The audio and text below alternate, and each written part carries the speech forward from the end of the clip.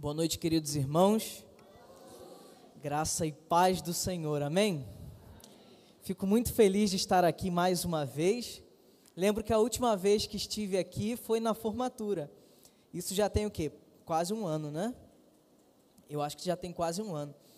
E estive aqui na formatura do Betel e fico muito feliz de retornar aqui, rever amigos, né? E pessoas de longa data. Jaime foi meu conselheiro de embaixada, né? Quando meu cabelo ainda vinha aqui, né? Ele foi meu conselheiro de embaixada, uma pessoa muito importante. Então é bom rever amigos e ter o privilégio de compartilhar a palavra do Senhor com vocês nessa noite, tá bom? Estou acompanhado da minha excelentíssima Camila, ela vai dar um tchauzinho aí, e deixa um abraço de nossa igreja também para os irmãos, tá bom? Então a proposta desse culto, dessa noite, é falarmos sobre imersão, e esse é o propósito então, daquilo que Deus vai nos apresentar, daquilo que Deus já falou ao meu coração, e eu pretendo então transmitir aos irmãos, tá bom? Então eu peço que você abra a sua Bíblia, por favor, no livro de Efésios.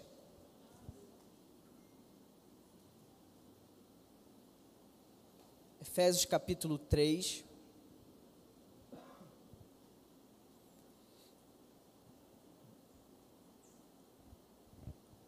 Nós vamos ler a partir do verso 14.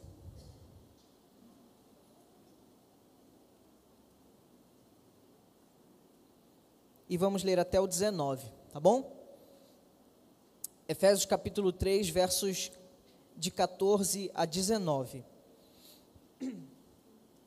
Assim diz a palavra do Senhor: Por esta causa me ponho de joelhos diante do Pai, de quem toma o nome e toda a família, tanto no céu como sobre a terra, para que, segundo a riqueza de sua glória, vos conceda que sejais fortalecidos com poder, mediante o Espírito, no homem interior. E assim habite Cristo no vosso coração, pela fé, estando vós arraigados e alicerçados em amor, a fim de poderdes compreender com todos os santos qual é a largura e o comprimento e a altura e a profundidade, e conhecer o amor de Cristo, que excede todo o entendimento, para que sejais tomados de toda a plenitude de Deus. Vamos orar nesse momento? Senhor, celebramos o Teu nome nessa noite, engrandecemos ao Senhor, agradecemos ao Senhor pelo rico privilégio de estarmos juntos como igreja, Senhor, nessa oportunidade com a única finalidade de ouvir a Tua voz. Então, Senhor, que o Teu Espírito mesmo seja este, que fala ao nosso coração, que o Senhor mesmo fale, filtre tudo aquilo que será transmitido e que haja aplicação no coração dos meus irmãos. Assim eu oro agradecido em nome de Cristo. Amém. Irmãos, a proposta do culto de hoje é falarmos sobre imersão. E o dicionário traz uma ideia de que imersão é introduzir algo num líquido. Oh, rapaz, isso é revolucionário realmente, essa definição. Mas é interessante porque o dicionário diz que imersão não é apenas introduzir algo em um líquido, mas também pode se referir a si mesmo, se introduzir em um líquido. E quando a gente vai falar disso, para simplificar um pouco, a gente pode pensar que imersão é sinônimo também de mergulho. E existem no mundo alguns esportes aquáticos. E esses esportes são chamados de esportes de imersão. E alguns deles a gente conhece, como por exemplo a natação, alguns outros esportes que utiliza-se água. Existe uma categoria que é quase que um vôlei, mas só que é dentro d'água, né? Eu não sei ao certo o nome desse esporte, mas eu estive pesquisando e vi que existem esportes radicais que acontecem na água. E um deles é um muito curioso, que tem um título meio longo, que é Mergulho Livre em Água Gelada Sem Proteção. Isso parece quase que uma legenda, né? Vai dar ruim. Mas é essa que é a categoria desse esporte. Pessoas sem uma proteção se lançam em água gelada e mergulham o quanto elas conseguem, num único suspiro. Um certo homem corajoso fez isso, e ele é um tcheco que recebeu o título, aí ele recebeu o recorde mundial de mergulho livre, e pasme você, ele conseguiu mergulhar 51 metros de profundidade. Ele bateu esse recorde no último mês de março desse ano. Então o recorde é muito atual, e ele conseguiu fazer essa proeza num mar lá na Suíça, e a temperatura da água era de 2 a 4 graus, só um detalhezinho. Então a gente percebe como que estamos falando de uma questão que é muito curiosa, pensarmos em imersão, pensarmos em adentrar em lugares profundos, e como que a gente pode agora se aproximar do texto e perceber como que Paulo, ele está trazendo uma reflexão a essa igreja, uma igreja que está num ambiente muito desafiador, uma igreja que está inserida em um lugar, ela está imersa em uma realidade muito desafiadora.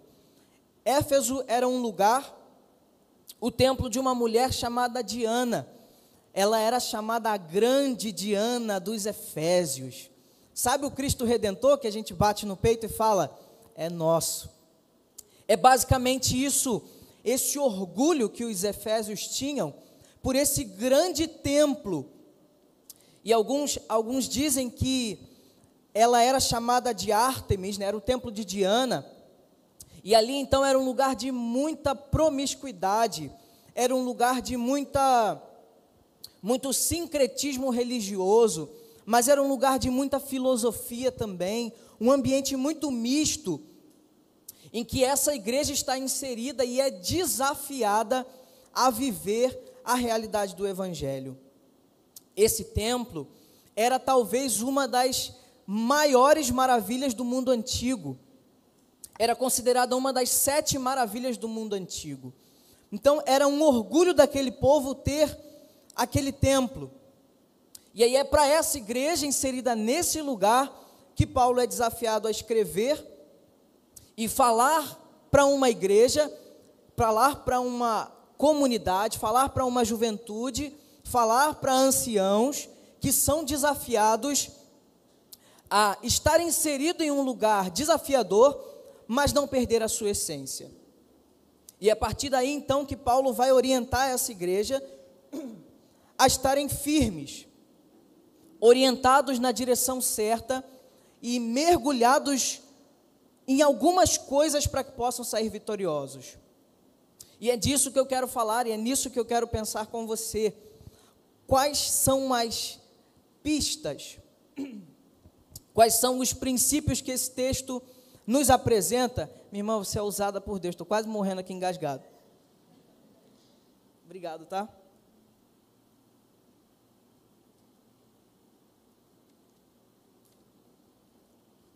Melhor. Então, esse texto nos apresenta algumas pistas de como nós podemos ser fortalecidos no Senhor para vivermos uma vida que realmente influencia o lugar que estamos. E esse texto nos dá algumas pistas de como podemos viver isso. E o texto vai nos falar de 3 coisas. Ele vai falar de poder, ele vai falar de profundidade e ele vai falar de plenitude. São as 3 coisas que eu quero conversar com você nessa noite a respeito desse texto. Poder, mais o quê? Profundidade e plenitude. São as 3 coisas que esse texto nos apresenta para pensarmos em uma vida que, por estar mergulhada na orientação do Senhor, ela consegue ser relevante nesse tempo. E eu quero então começar a pensar com você nesse texto, que o primeiro passo que essa igreja, que está num lugar desafiador, precisa tomar, é de ser fortalecida no poder do Espírito Santo. O primeiro passo para uma verdadeira imersão na presença de Deus, na vontade de Deus, é ser fortalecido no poder do Espírito Santo. E esse texto vai falar isso no verso 16, mas eu quero voltar ao 14. E aí o texto vai falar para a gente assim: por esta causa, me ponho de joelhos diante do Pai, de quem toma o nome toda a família, tanto no céu como sobre a terra, para que, segundo a riqueza de sua glória, vos conceda que sejais fortalecidos no poder, mediante o Espírito Santo no homem interior. Sabe, a gente começa a pensar e muitas coisas pode nos dar a sensação de que somos fortes. Um exemplo disso é o que está na moda, o pessoal definir o seu corpo e ficar bombado. Muitas pessoas estão com esse objetivo, e é legítimo você tentar fortalecer, né? Eu estou em processo aí para casar, e tem um pessoal falando que depois que casa a barriga cresce. Eu não acredito muito nisso não, mas é o testemunho que tem dado, né? Esse testemunho tem sido recorrente. Então eu estou com um pouquinho de medo, mas ainda não tenho coragem de ir para a academia. Camila já começou nessa missão aí. Foi um dia, parece que levou uma surra. E ela está nesse objetivo aí. Então muitas coisas podem nos trazer uma sensação de poder. Você já viu uma pessoa marombada na rua? Que ela anda igual um armário, né? Tem gente que anda igual um armário na rua. É uma falsa sensação de poder. Ou talvez uma legítima sensação de poder.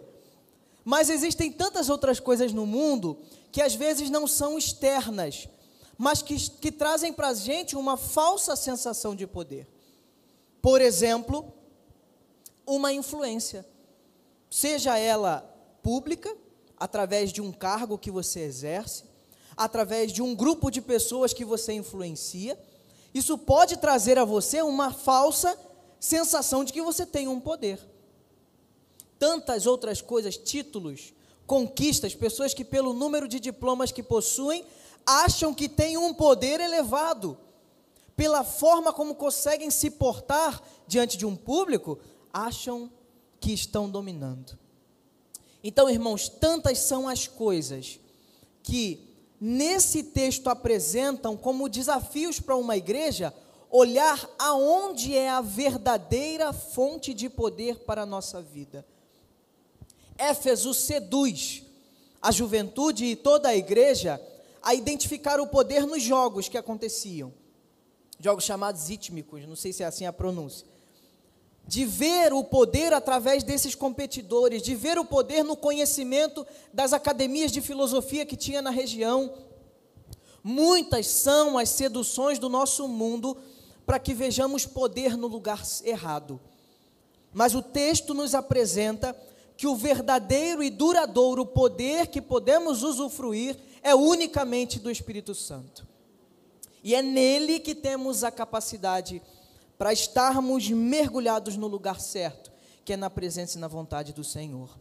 Então a gente começa sendo desafiado nessa direção. Mas Paulo, ele é muito interessante o argumento de Paulo, porque ele desconstrói o que a gente tem como ideia de poder, de influência, de coisas importantes. Porque note comigo o verso de número 13. Antes dele entrar nesse texto, nessa mensagem que ele vai trazer, nessa perícope, ele vai falar no verso 13 algo que é de nos espantar. Ele diz assim: portanto vos peço que não desfaleçais das minhas tribulações por vós, pois nisso está a vossa glória. Irmão, se você começar a perceber o que ele quer dizer, é algo que faz a gente pensar que a lógica do reino de Deus é totalmente diferente da que o mundo apresenta. Esse texto então está trazendo a noção de que a glória que essa igreja deve ter não é nisso tudo que eu trouxe, mas é nos sofrimentos que o apóstolo vive em prol dessa igreja. Então, a glória que é apresentada no Evangelho é uma glória que às vezes não dá tanta visibilidade. É a glória de um apóstolo que está hoje preso, quando escreve essa carta, e diz: vocês podem se gloriar nos meus sofrimentos, porque vocês são beneficiados neles. É a partir daí que Paulo começa a falar. É a partir daí que ele começa a nos ensinar sobre a riqueza da glória de Cristo. Esse é o foco que esse texto apresenta, a riqueza da glória de Cristo. E ele vai fazer com que entendamos que tempos desafiadores nos devem conduzir a esse lugar, a estarmos firmes nas riquezas da glória de Cristo. O texto vai falar que essa glória, no verso 16, ela nos é concedida. Isso é aparentemente simples, mas é muito importante nesse texto. Pensar que o privilégio de sermos servos do Senhor, o privilégio de sermos hoje uma juventude que já foi alcançada por Jesus, não é simples. Você hoje estar entendendo que o melhor lugar é na presença do Senhor é um privilégio. Agradeça por isso, porque existem pessoas da nossa idade, ou mais novas, ou mais velhas um pouco, que ainda não entenderam esse privilégio, que ainda não reconheceram que o melhor lugar é estar na presença do Senhor. E nós precisamos perceber que isso não é por benefício nosso. Não somos servos de Jesus pela nossa inteligência, porque entendemos algo. Não somos servos do Senhor pela força do nosso braço. Somos servos porque nos foi concedido isto. Foi derramado graça sobre nós. E por isso podemos avançar. Não são as nossas forças e capacidades que nos fazem viver em mais profundidade no Senhor, mas o primeiro passo é do próprio Deus em dispensar graça sobre nós. Isso é muito importante. Mas esse texto vai falar agora o foco desse primeiro assunto que eu quero falar, que é a fortaleza com o poder. Com o poder.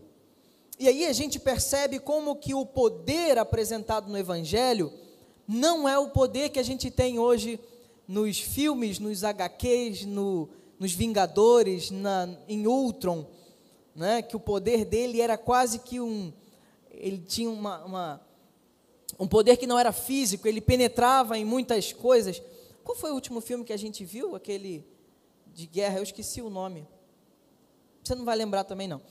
É porque era um filme que apresentava essa noção, e hoje isso é muito, muito forte, que o poder é de quem controla a mídia.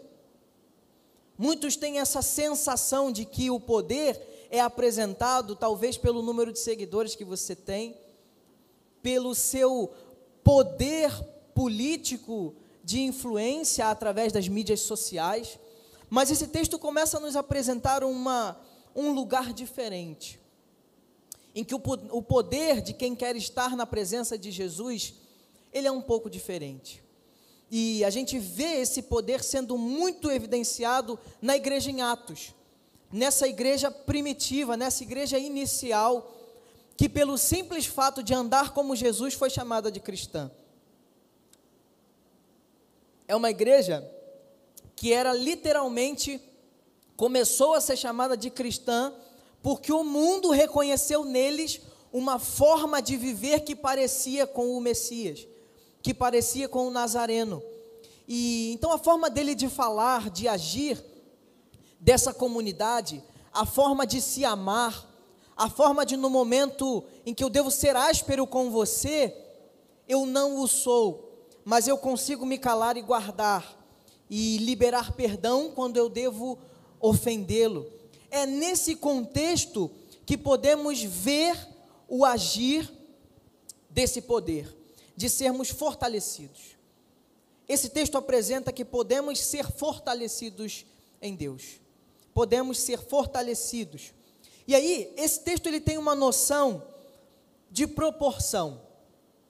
Não sei se você percebeu, mas o verso 16, ele vai falar que o poder que nós recebemos como igreja é proporcional à glória desse Senhor. Então, irmãos, o nosso lugar é proporcional à glória do nosso Senhor. Isso nos faz entender que nós precisamos nos aproximar de Deus, que nós precisamos conhecer ao Senhor, nós precisamos ter relacionamento com Deus. A gente vai ver isso mais à frente, que não há uma forma de sermos pessoas que são relevantes nesse tempo, se não for na presença de Jesus, se não for ouvindo a voz de Jesus, se não for ouvindo a orientação de Jesus para as nossas vidas. Quais as orientações Jesus tem dado na sua vida? Sabe, a igreja de Atos é essa igreja que nos apresenta Deus em movimento, o Espírito de Deus agindo a todo o tempo, e Deus às vezes tem nos cobrado coisas a fazer. E eu pergunto a vocês, você já sabe qual é o seu lugar em Deus? Você já sabe para que Deus te chamou? Nós tivemos recentemente o testemunho dos jovens da Jocum, não sei se vocês ouviram falar sobre isso, que foram à missão, eles estavam em missão, e por estarem em missão, eles aceitaram que estavam dispostos até mesmo a perder a sua vida em causa do Evangelho, pela causa do Evangelho. Não foi necessariamente por perseguição religiosa que eles morreram, foi por uma fatalidade. Mas todos nós podemos ser estes, que por aceitar servir ao Senhor, em uma simples viagem à casa de algum irmão para uma visita, nós podemos ser alcançados por um carro e perder a nossa vida. E a pergunta é essa: se formos alcançados e essa fatalidade acontecer conosco, aonde estará a nossa vida? Seremos encontrados, como Paulo diz, achados em Cristo ou não? Porque às vezes nós pensamos que nós somos muito novos para pensar sobre isso, mas será mesmo que somos novos para pensar nisso? Grandes pessoas que fizeram grandes coisas no reino de Deus começaram cedo. Então nunca é cedo demais para entender a vontade de Deus para a sua vida.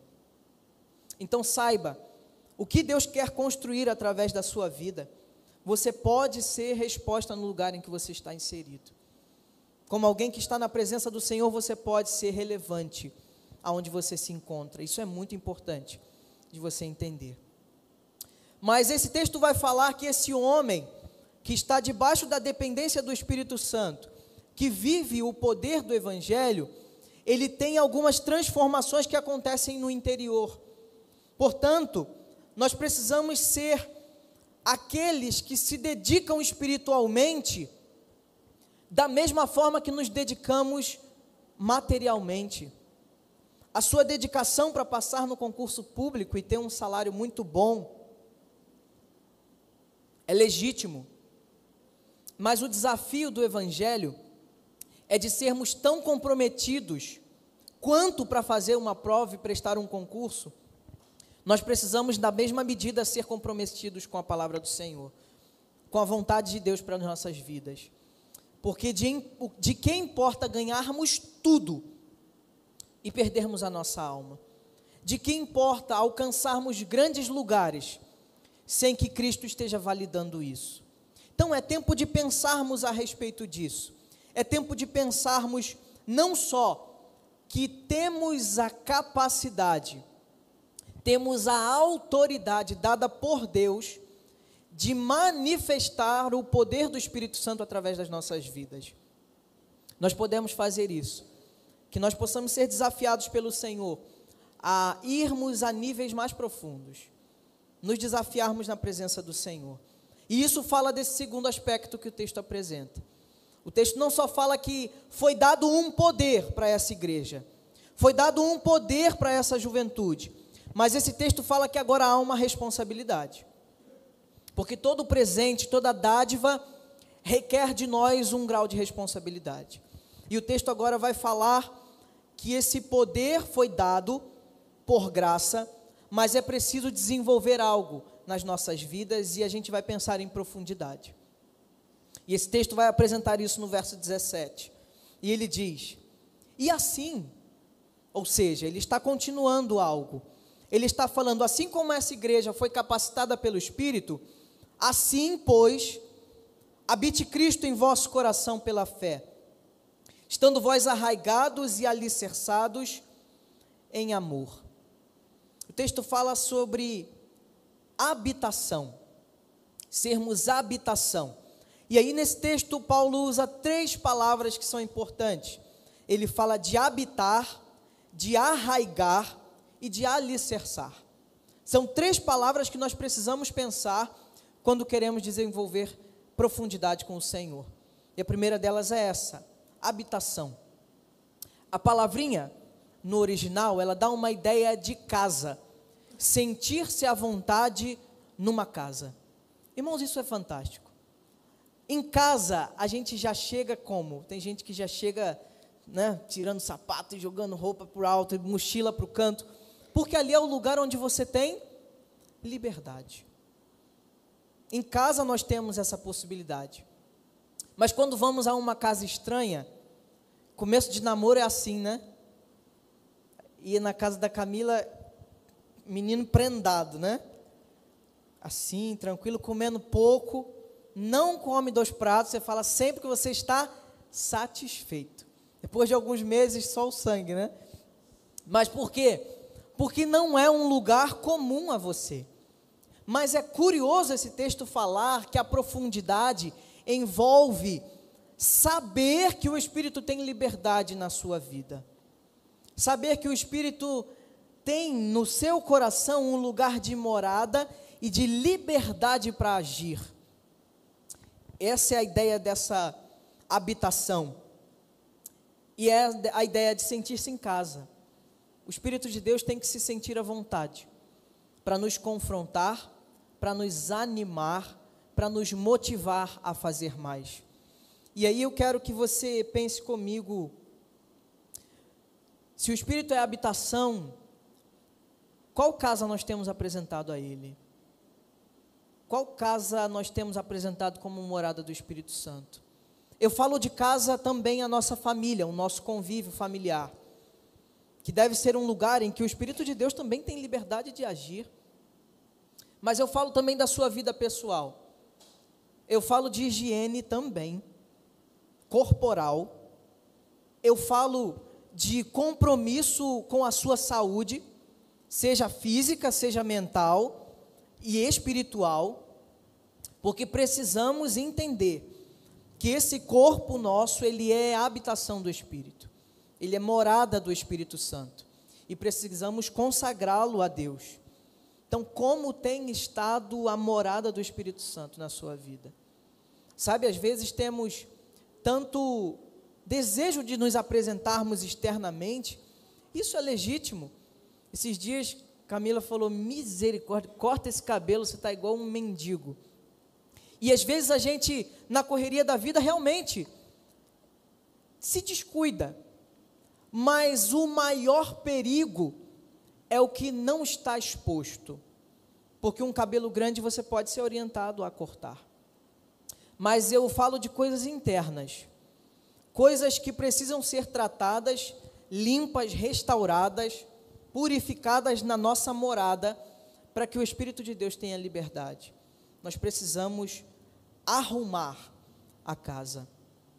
Além disso, esse texto não fala só de habitação, mas ele fala sobre arraigar. Arraigar é um termo da botânica. Arraigar é um termo relacionado a plantas. E é uma ideia de ter raízes profundas. Talvez esse seja até a tônica do culto, né? Do tema do congresso jovem. De ter raízes profundas.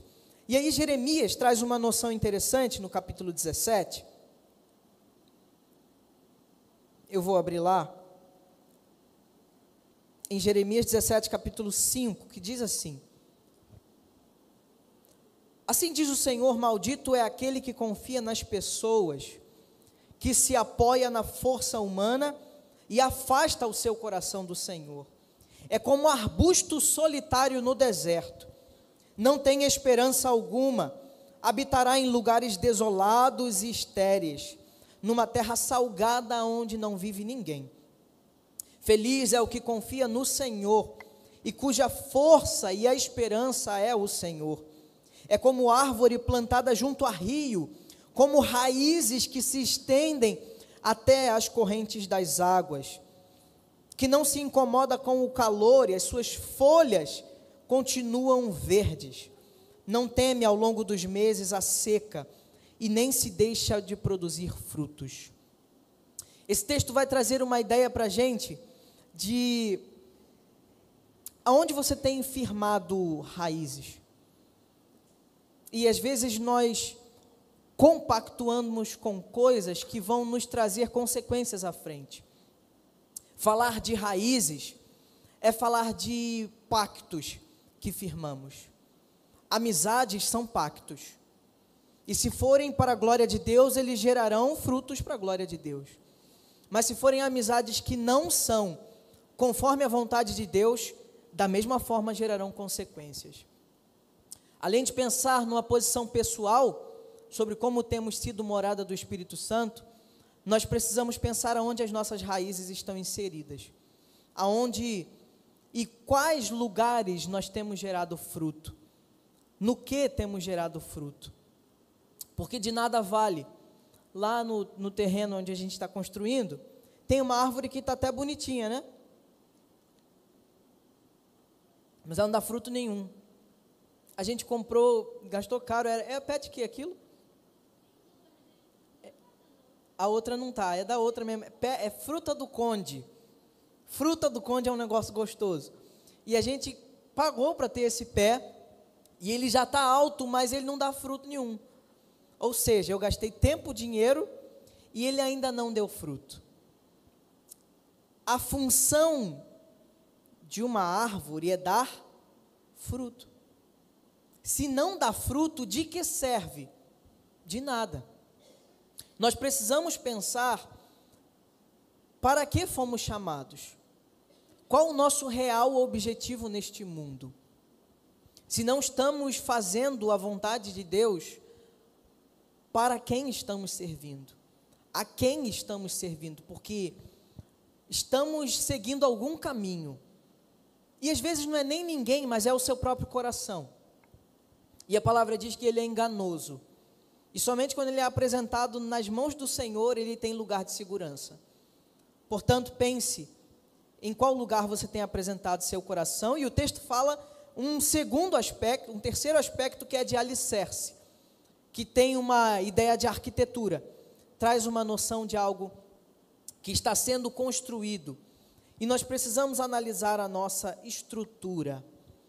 Ontem, a gente estava num culto, que eu fui numa igreja presbiteriana, e foi muito interessante com um irmão lá, é a segunda vez que eu prego lá, e sempre que tem aquele irmão que vai contar uma história, se empolga e conta um pouquinho mais, né? E às vezes conta um poucão mais, né? Que você percebe que tem alguma coisa errada na história. Mas dessa vez foi interessante o que ele contou. E ele só conversa sobre obra, né? A gente ficou 20 minutos ouvindo sobre obra, porque ele é construtor. E ele contou uma história que falou muito comigo, e eu quero trazer para essa mensagem sobre a questão da arquitetura e dos alicerces. Ele disse que foi chamado para fazer uma obra, e ele foi chamado para fazer uma pintura numa casa, somente pintura.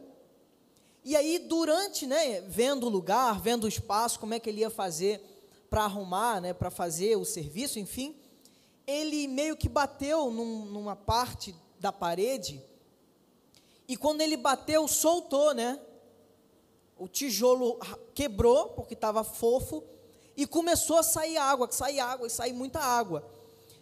E aí ele se assustou, porque ele pensou, essa casa vai cair. E aí ele chamou a dona da casa e falou, olha só como é que está isso aqui, tem cano aqui? Ela falou, passa até um cano por aí, mas eu vou chamar o meu marido. E chamou, e o rapaz explicou que ele comprou a casa, em vez de fazerem colunas, fizeram tijolo dobrado, no lugar de coluna e de cinta. E acabou que no segundo andar, um cano estourou, um cano, na verdade, entupiu. E ao invés dela tentar tirar, ela socou para ver se saía. Quando ela socou, entupiu a tubulação e começou a vazar água. Ninguém sabe o quanto tempo estava jorrando água ali.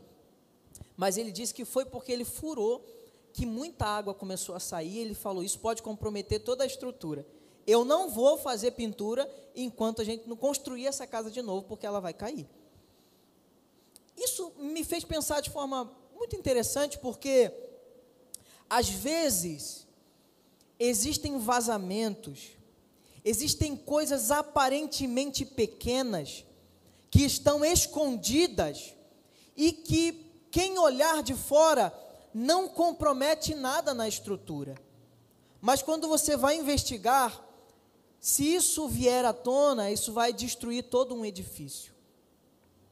Nós precisamos pensar sobre pecados não confessados. Nós precisamos pensar sobre perdão não liberado. Nós precisamos pensar em vidas que estão embaraçadas pelo pecado. E que são coisas que estão há muito tempo dentro da construção e que às vezes não são liberadas. E isso pode ter destino, isso pode ter consequências muito sérias, como a demolição de toda uma estrutura. Então você precisa pensar que para estar imerso na presença de Deus, nós precisamos reconhecer e confessar os pecados que temos cometido. Porque se continuar vazamento sem que seja percebido, isso pode destruir todo um edifício. Nós precisamos pensar nessa realidade também. Infiltrações escondidas podem comprometer toda uma estrutura. Precisamos pensar nisso.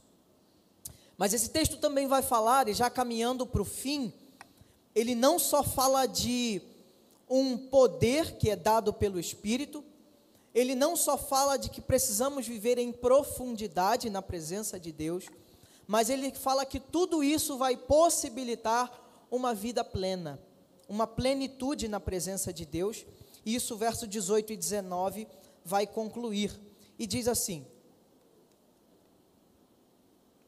a fim de poderdes compreender com todos os santos qual a largura, o comprimento, a altura e a profundidade, e conhecer o amor de Cristo, que excede todo o entendimento, para que sejais tomados de toda a plenitude de Deus.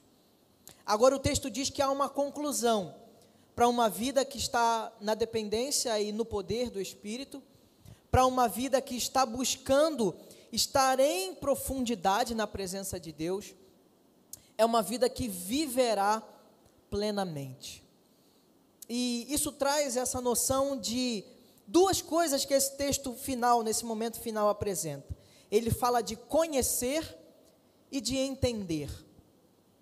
Nós precisamos desenvolver essa vida em comunidade, porque o texto vai falar que esse amor se desenvolve com todos os santos. Nós precisamos entender que talvez, e esse é o nosso objetivo, que o lugar de amizades mais profundas precisam ser na igreja do Senhor. O lugar onde você tem amigos que você pode confiar a sua vida, deve ser na igreja do Senhor.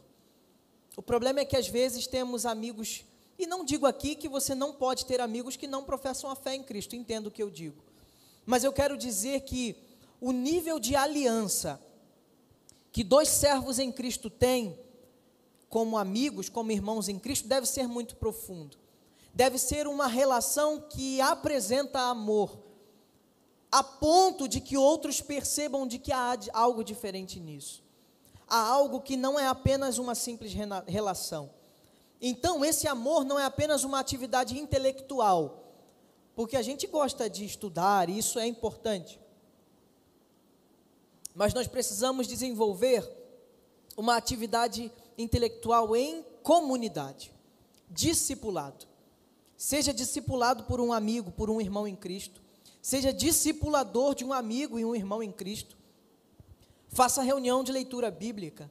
Faça reunião de leitura de bons livros cristãos, por que não? Faça momentos de conversas edificantes. Sabe, às vezes a gente para conversar, eu estou ficando meio preocupado, eu nunca fui uma pessoa com muitas gírias, né? Mas eu estou ficando meio assustado. Eu fui conversar com os meninos de 13 anos esses dias. Rapaz, você não entende nada do que está falando. Porque às vezes são os termos que estão no TikTok, umas coisas assim, que às vezes a gente fica meio perdido na conversa. Mas isso faz a gente pensar em quais conversas nós temos nutrido. As nossas conversas têm sido de edificação. Sabe, tem aqueles amigos do meme, né? Eu tenho um amigo que a gente não conversa por texto em momento nenhum, a gente só conversa por meme, por vídeo engraçado, e a gente só conversa assim. Quando tem texto, você sabe que tem alguma coisa séria acontecendo, e aí você parar. Precisamos desses amigos, mas precisamos daqueles amigos também que quando há uma ferida na nossa alma, quando há algo que nós não podemos compartilhar com ninguém, a gente lembra daquele amigo que a gente pode compartilhar. E a minha oração é que você seja esse amigo. Que uma pessoa, a primeira pessoa que ela lembre é de você, porque ela pode confiar em você um pecado que precisa ser confessado, uma vida, algo que ele precisa apresentar.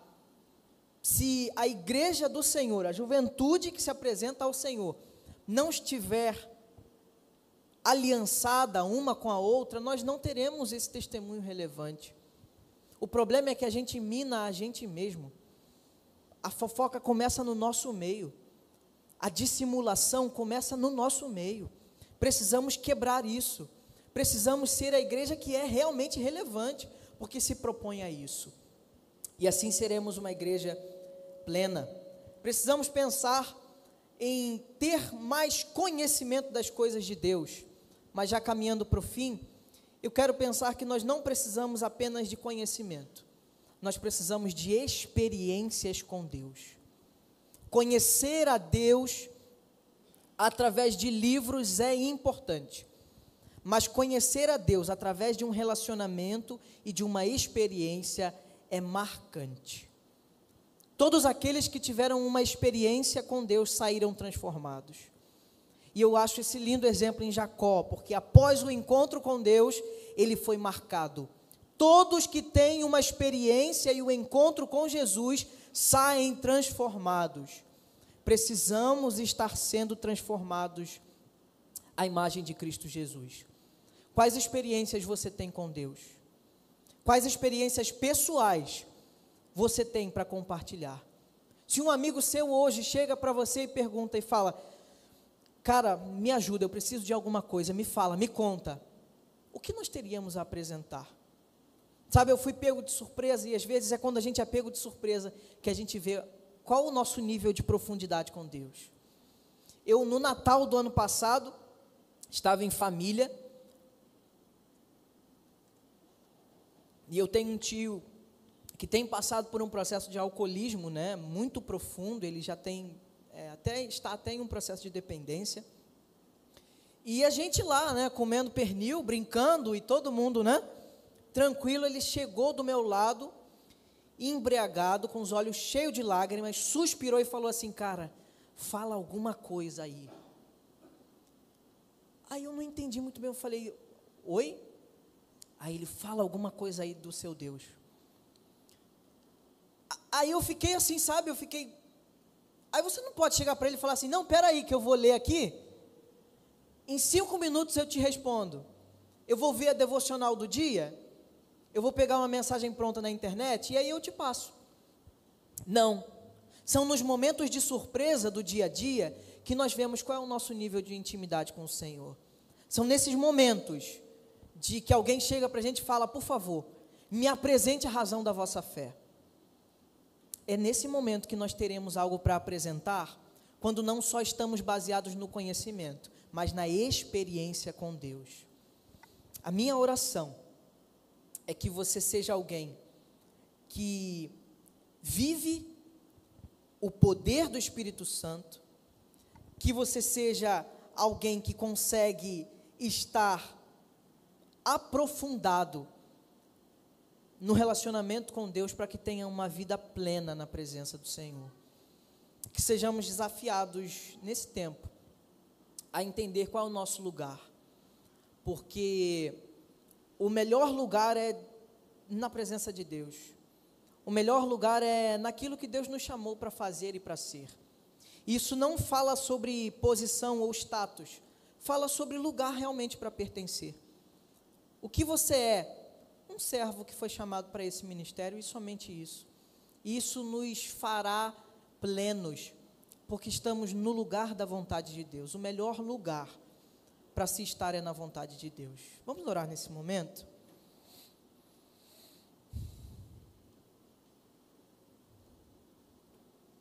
Senhor, nós queremos entregar as nossas vidas na Tua presença, Pai. Senhor, queremos sermos desafiados nesse momento, Pai, a um lugar mais profundo com o Senhor, e que não seja apenas um jargão, Senhor, mas que seja uma disposição do nosso coração, em sermos aqueles que estão vivendo uma vida realmente com o Senhor, Pai. Deus, nós queremos ter experiências contigo, Pai. Deus, nós queremos viver e desfrutar do poder do Espírito Santo. Senhor, se alguém entre nós ainda não ouviu a doce voz do Espírito Santo, que nesse momento seja um momento de ouvir a orientação do Senhor, seja momento de receber direção. Ó Deus, cuide daquele que pode estar perdido nesse momento, sem saber a direção que o Senhor quer que tome, mas que o Senhor esclareça nesse momento, Pai. Deus, nós queremos ser desafiados a viver o poder do Evangelho, Pai. Nós queremos ser aqueles que entendem que precisamos viver com mais profundidade na Tua presença, Pai.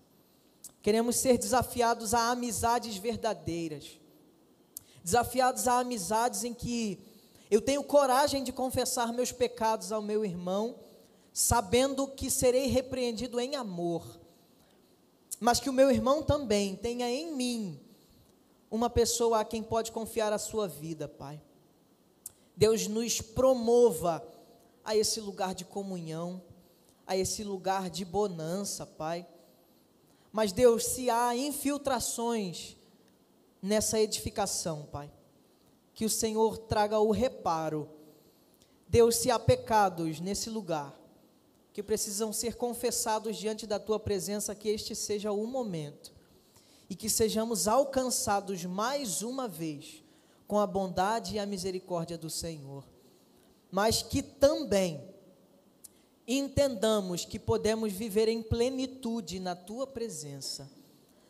Na Sua presença há delícias, Deus, que possamos experimentar o quanto antes a beleza que é ser um servo do Senhor, a beleza que é estar na Tua vontade, a beleza que é sermos identificados como servos Teus, não no rótulo que o mundo apresenta, não tentando suprir a expectativa do outro, do mundo, da mídia.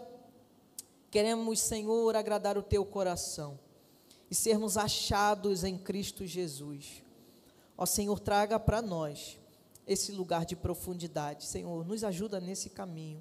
Somos tão dependentes, Senhor, somos tão pequenos, carecemos do Senhor. Que o Senhor ative dons nesse lugar, que o Senhor reative vocações neste lugar, que essa geração seja levantada, pastores, Senhor, missionários, mas acima de qualquer cargo, sejam levantados servos do Senhor, que são apenas bons pais, bons filhos, bons profissionais, porque aonde estão, eles estão a serviço do Teu reino. Muito obrigado, celebramos o Teu nome, exaltamos ao Senhor, que nos chama para tão grande missão, mas nos promete o poder do Espírito, nos promete a certeza de uma profundidade maior contigo, e nos promete que podemos ser plenos na Tua presença. Muito obrigado. Em Cristo oramos e agradecemos. Amém, Senhor.